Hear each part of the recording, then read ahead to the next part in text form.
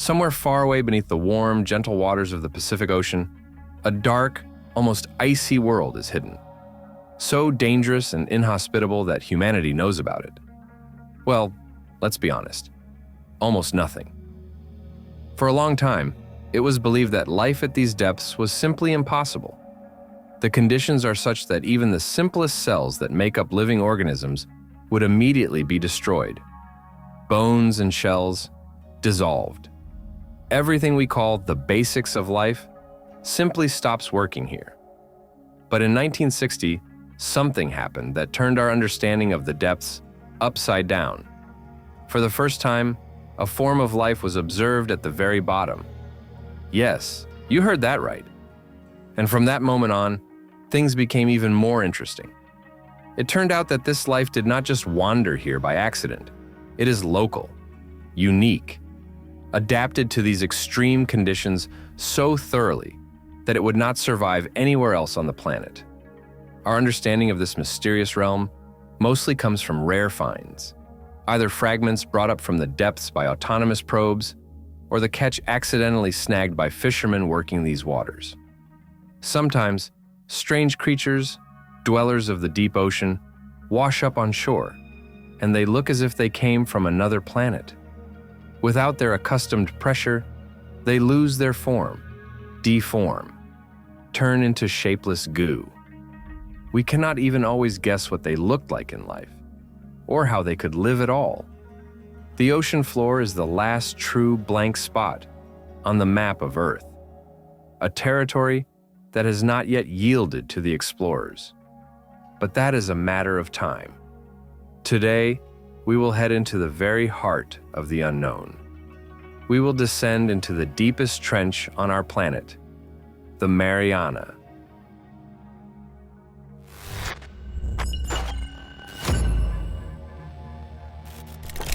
Our journey into the abyss does not begin with a submarine, but with a sailing ship. Yes, it all began a century and a half ago, when the British vessel HMS Challenger was nearing the end of a 4-year circumnavigation, the first expedition in history to map the ocean floor. On board, a team of scientists, sailors, and, kilometer after kilometer, heavy labor. They lowered a lead weight into the water to measure the depth and then hauled hundreds of meters of soaked, icy rope back onto the deck by hand. All this under the blazing sun of the tropics or in the icy waters of the poles. The picture that emerged was not very inspiring. Mud, silt, and emptiness. That is what they found at depths of 3 to 4 kilometers. Everything was going according to plan, until something unexpected happened. That day, in the open ocean, roughly 2,000 kilometers east of the Philippines, the team was taking another routine depth measurement. It seemed like a mundane procedure, but this time, the weight did not touch bottom at 3 kilometers, nor at 4, nor even at 5. The rope was paid out deeper and deeper, and the weight kept sinking. And then, surely, someone on board said, "Guys, either the end of the world is under the ship, or we've found something truly deep." One can only imagine how it felt, standing on a wooden deck and sensing a black abyss opening beneath the ship.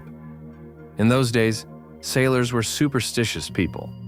What if below us lies the lair of a sea monster, ready to wrap its tentacles around the entire ship and drag it into the abyss? Today, that seems like a fairy tale. But in the 19th century, such fears were quite real. In the end, the weight reached the bottom. At a depth of more than 8 kilometers, they had found what would later be called the Mariana Trench. And if they had shifted just a couple of kilometers farther west, they would have been above the deepest point of the Earth's crust, Challenger Deep. Nummerines. To give you a sense of scale, if you dropped Everest into this trench, it would vanish completely into the darkness, and there would still be 2 kilometers left to the bottom. The Mariana Trench is not just a deep hole in the ocean floor. It is a true tectonic monster. It stretches for 2,500 kilometers, like a giant smile of nature, arced along the floor of the Pacific Ocean. And its width is almost 70 kilometers. The trench begins about 2,000 kilometers south of Japan. At first it bends to the southeast, and then it abruptly turns west, heading toward the Philippines. On one side of this underwater gorge rise sheer cliffs of igneous rock. On the other, the seafloor gently falls away into a void stretching 12,000 kilometers all the way to Mexico. And yes, that lifeless plain is practically flat. Nature, it seems, decided that sometimes scale matters more than decoration. It is hard to grasp how vast this all is. Take, for example, Challenger Deep, just a small corner of the entire Mariana Trench. It could fit as many as 5 Grand Canyons inside it. 5. And the Grand Canyon is itself a symbol of grandeur. And you know, if you wanted to hide all your digital secrets somewhere truly deep, well, here you go. The perfect place. Though you probably do not have a submarine. But back to geology. The Mariana Trench is just one of many cracks in the Earth's crust that, like scars, girdle the Pacific Ocean. These scars do not just lie there. They move constantly, crunch, fracture, collide, and create earthquakes. Fully 90% of all earthquakes on Earth occur right here, along this grand fracture 40,000 kilometers long. And you know, these cracks are not lonely. They have flashy neighbors, a ring of volcanoes called the Pacific Ring of Fire. It is like a necklace of lava laid around the ocean's perimeter. Understanding why everything is so active here helps us unlock secrets of the planet's past, how the relief changed, why the continents ended up where they are now, and how deep faults influence this global puzzle. But to really understand what gave birth to such a monstrous trench, it is worth first looking to the other side of the planet, to the Atlantic Ocean. Many people think that continents are just the dry parts of Earth, and oceans are everything underwater. Not quite. These are entirely different geological entities. It is all the crust of our planet, but the crust comes in 2 types: old and thick, continental, and young and thin, oceanic. Both literally float, yes, literally, on a sphere of molten rock that we call magma. Picture an iceberg drifting in water.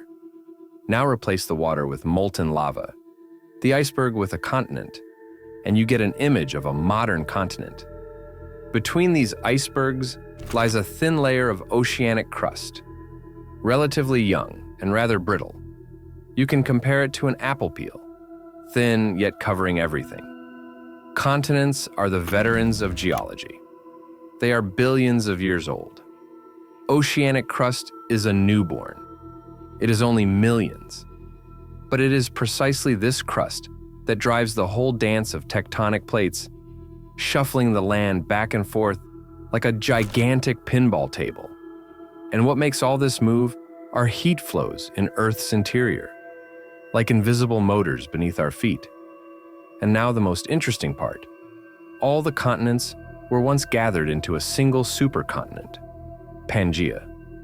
But about 200 million years ago, that party ended and everything began to drift apart.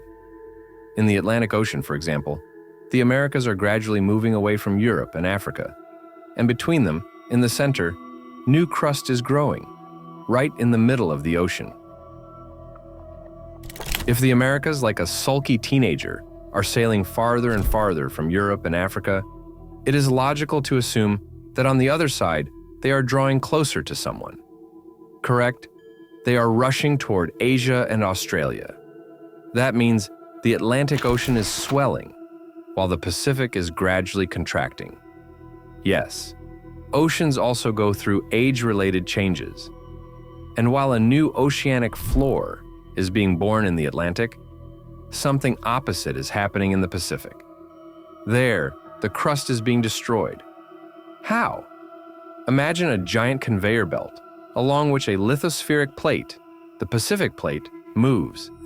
It drifts outward unhurriedly, like the belt of a treadmill, but geological. And then, oops, and it runs into a shore. What then? Then this belt begins to dive beneath the continent. not of its own free will. Its neighbor plate forces it down. This process is called subduction. And no, it is not a spell from Harry Potter. It is the real mechanism of geological self-destruction. And there you have the Mariana Trench, in the literal sense, a grave for aging oceanic crust. The plate dives beneath Asia, returning to where it was once born, into molten magma. The cycle of geology and nature.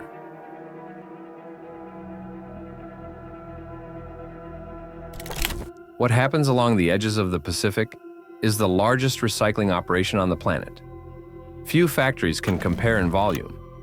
Here, the ocean floor is literally twisted, bent, broken, and melted, swallowed by Earth's searing interior. It is along these subduction lines that we find not only the deepest trenches, but also the most dangerous volcanoes. As soon as part of the ocean floor begins to sink and melt, part of the molten rock bursts upward in the form of eruptions.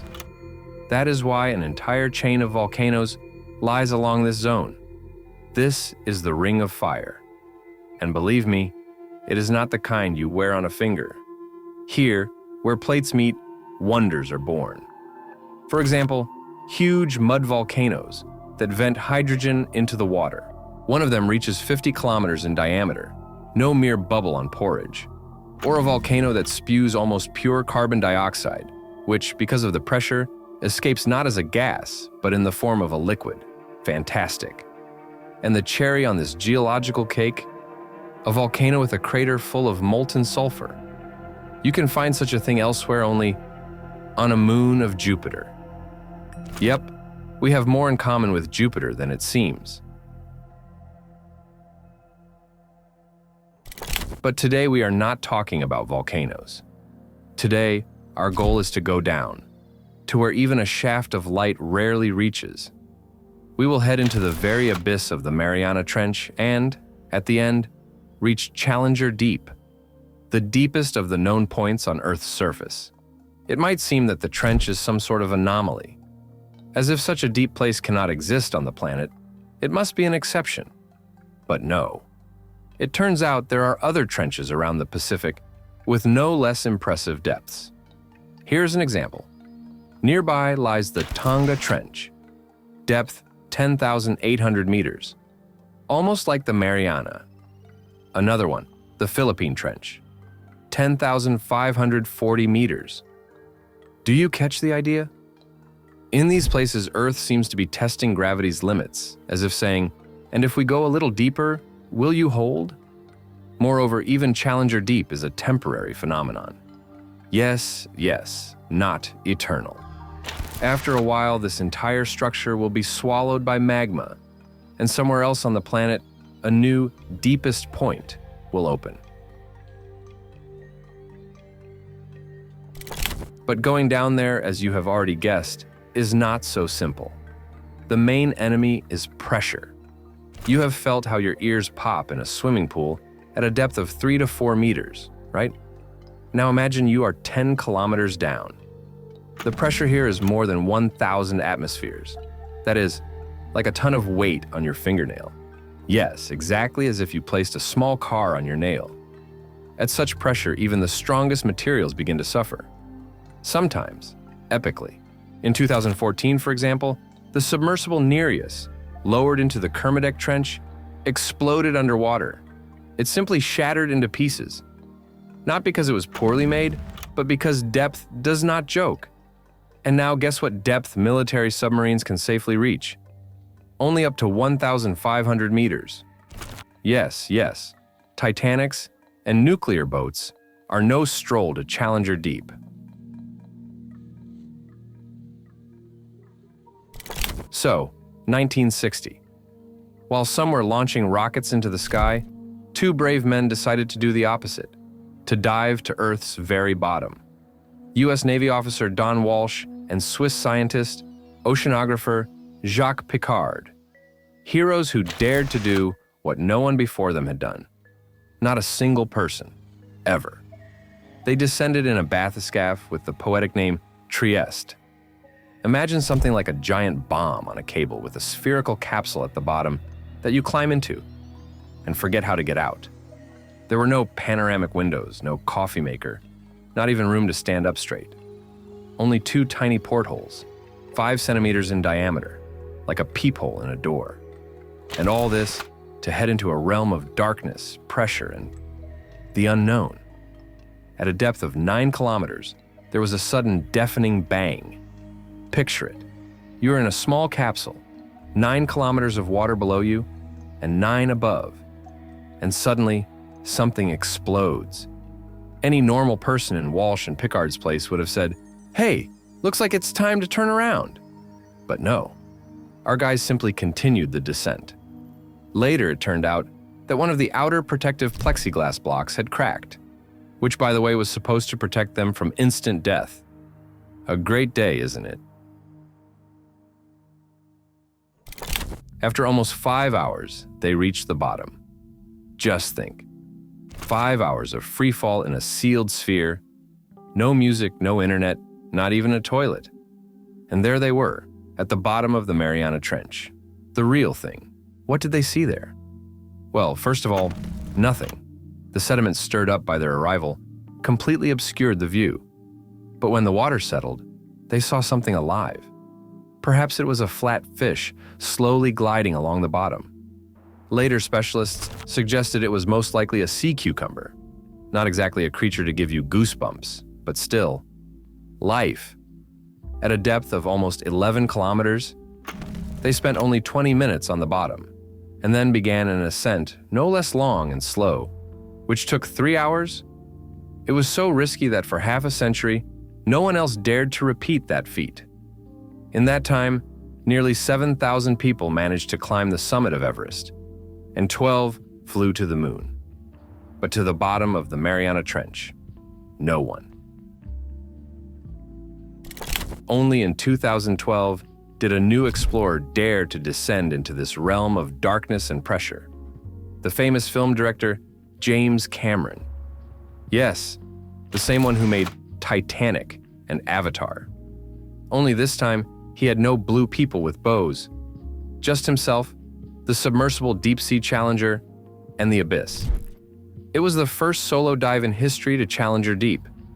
Since then, about 20 dives have been made to this point, and the number of people who have been there has finally exceeded those who have been to the moon. In 2021, businessman and traveler Hamish Harding made the longest and deepest dive in Challenger Deep. 2 years later, he became one of the victims of the tragedy involving the submersible Titan, which collapsed at a depth of only 3,800 meters, when a group was exploring the wreck of the Titanic. Yes, you heard right. Only 3.8 kilometers. And Challenger Deep is almost 11. The depths do not forgive mistakes, and they certainly do not forgive arrogance. Nummer 1. Amusingly, above all this drama, there is nothing to see. The surface of the ocean at this point is absolutely empty. No land, no landmarks, more than 300 kilometers in all directions, and only water. And when you sink beneath it, everything suddenly becomes calm. Just a couple of meters, and there are no waves, no pitching. Everything goes quiet. You are enveloped by light, a lot of light. This is the epipelagic zone, or as scientists call it, the euphotic. Only 2 to 3% of the volume of the world ocean. But this is where the magic happens. Photosynthesis. We remain for now in the epipelagic zone, the very top layer of the ocean, down to a depth of about 200 meters. Here, sunlight can still penetrate the water column, and that is enough to power the planet's main biological engine, photosynthesis. Phytoplankton, tiny algae, and bacteria are like little solar panels. They absorb carbon dioxide, turn it into organic matter, and generously release oxygen into the water and air. For the record, half of all the oxygen you're breathing right now comes not from the forest, but from the ocean. Yes, our breathing depends on these microscopic hard workers. Then comes zooplankton, which eats phytoplankton.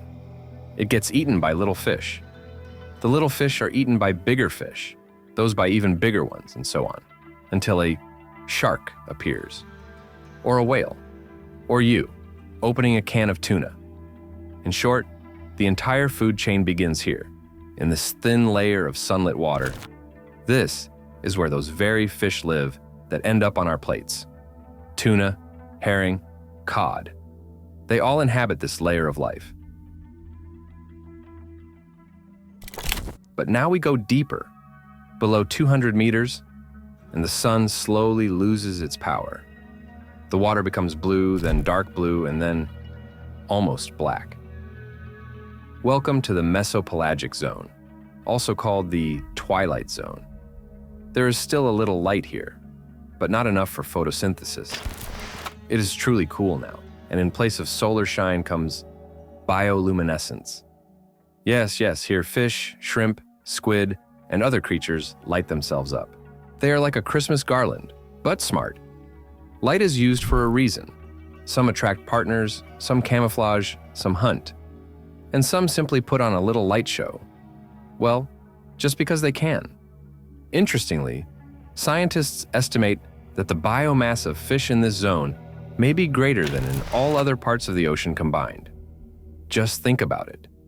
And we cannot even imagine how much life is boiling beneath the surface, simply because we do not see it. Here in the half-light lives the most numerous vertebrate on the planet, the bristlemouth, a small fish with a toothy grin, only 7 to 8 centimeters long, but in numbers, possibly quadrillions. Yes, that is not a typo. It may be the most widespread creature with a backbone on Earth, and it lives in total darkness. How do they survive? They feed on the same zooplankton as everyone else, only they do it in complete darkness. They are like little guardians of the twilight, not drawing attention. The deeper we go, the darker it gets, and at last, even the final glimmer of blue disappears. Now, only absolute darkness. We are at a depth of 1 kilometer. Here begins the bathypelagic zone, or more simply, the midnight zone. This is the most extensive and at the same time the most unexplored biome on the entire planet. It covers more than half of Earth's surface, but we know almost nothing about it. The temperature here constantly hovers around plus 4 degrees Celsius. Pressure? Already simply monstrous. We long ago passed the depth accessible to divers, even in suits. Submarines? Forget it. Not a single sub will descend here. But here's what matters. For the locals, all this is normal. They do not feel the pressure. They live in the dark, the way we live in daylight. And that is because their bodies are made precisely for this world. Our cameras illuminate a true blizzard of microscopic particles, a snow of organics drifting down from above. There is still a lot of motion here for now. There are things to eat. But the deeper we go, the greater the silence. Truly strange beings appear here. Some of them have enormous eyes, more like astronomical telescopes. Like the owlfish, for example, which hunts shrimp and jellyfish by catching the faintest glimmers of light. Others, like the barrel eye, have eyes that look upward, straight through the skull. Yes, its head is almost transparent, and through it, you can peek right into the brain. A kind of brain-seeing hunter. And some fish have almost lost their sight entirely, like the sniper eel with tiny eyes. Well, why bother if everything is black anyway?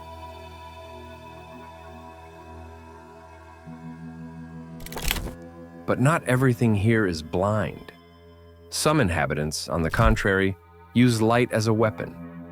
And the main gangster in this zone is the anglerfish. It is like a cunning fisherman with bait. A glowing ball dangles in front of its nose, and as soon as someone believes it is a free lunch, bam, the toothy maw snaps shut. No chance. Nummer eins.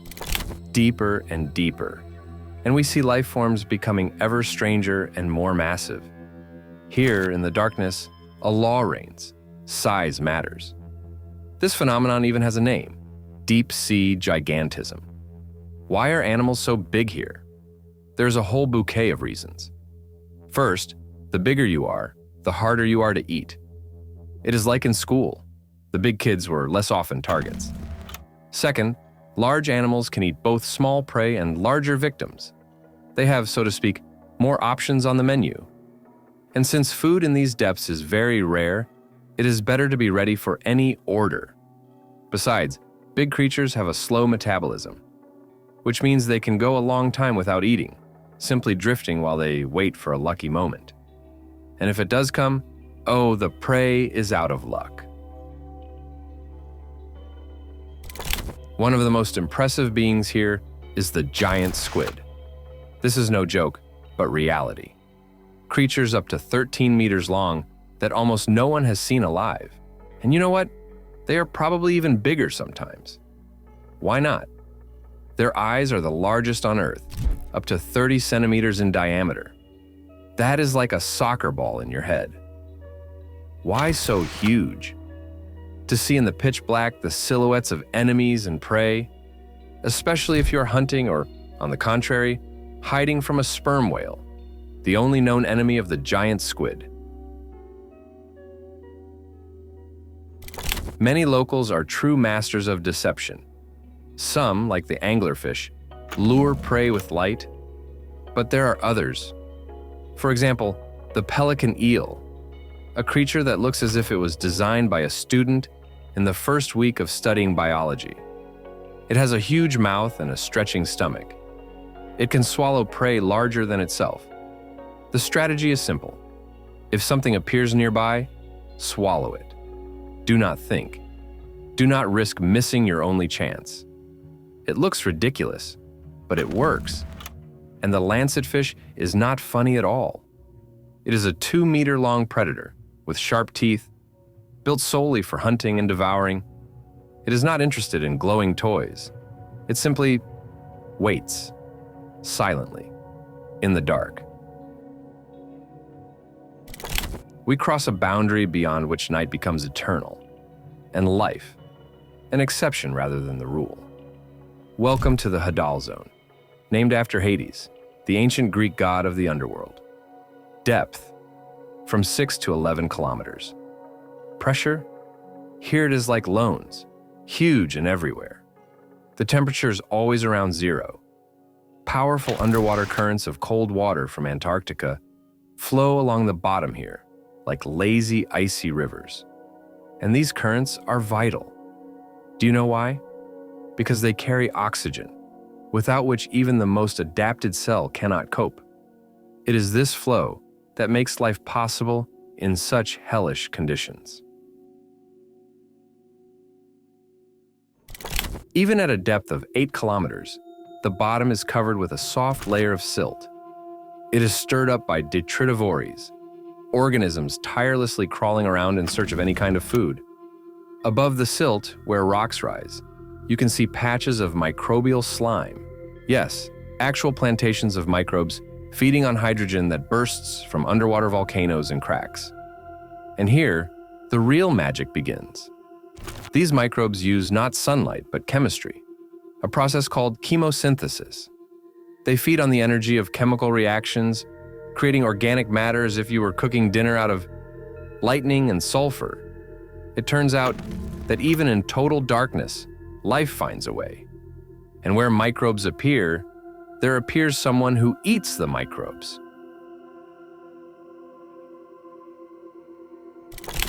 The deepest fish ever recorded by scientists is the Pseudoliparis, resembling a translucent tadpole with a perpetually surprised face.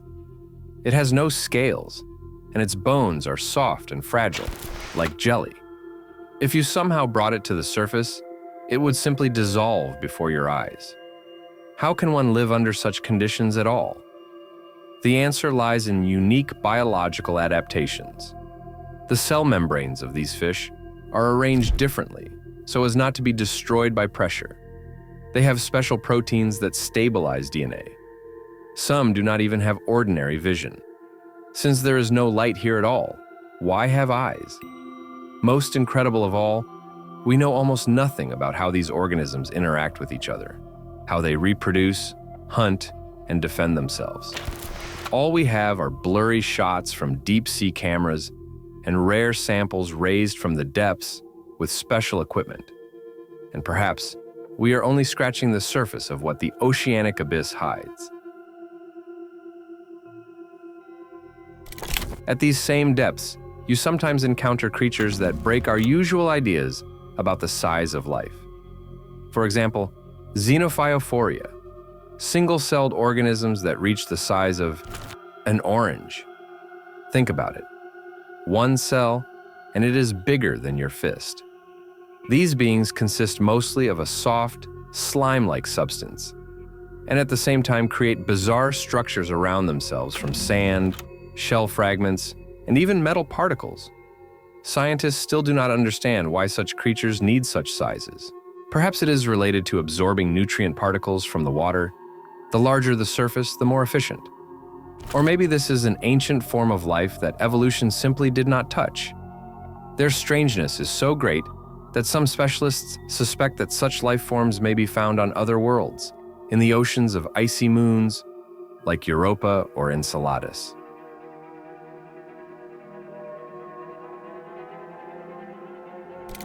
As of today, the deep sea zone remains one of the most unexplored places on the planet. According to scientists, less than 20% of the ocean floor has been thoroughly studied, and that is despite the ocean covering more than 70% of Earth's surface. Why so? It all comes down to technical and financial constraints. Exploring the depths of the ocean is significantly harder than sending a satellite into space. Pressure, darkness, cold, the difficulty of navigation, and the lack of signal make the task extremely hard. Even the most modern craft barely withstand the extreme conditions at depths greater than 10 kilometers. On top of that, such expeditions cost millions of dollars and require highly qualified specialists. And in return, we get only short video clips, fragments of DNA, and scattered data. Nevertheless, progress continues. New methods, such as genetic sequencing of water, environmental DNA, and autonomous deep-sea drones, make it possible to collect information even without physical contact with organisms. Scientists are already finding dozens of new species on each such expedition, and this is only the beginning. It may turn out that the abyss hides life forms we do not even suspect. Bioluminescent predators, giant invertebrates, unknown viruses and microbes capable of surviving under conditions incompatible with life on the surface. And who knows, perhaps the real revolution in biology will begin not on Mars or the Moon, but right under our feet in the darkness and cold of the depths, where eternal silence reigns and pressure can crush a submarine. Nummer 1. And what amazed you the most? And do you have any thoughts about it? Write comments and watch our previous episodes. They are even more interesting than what you have just seen. Thank you for watching.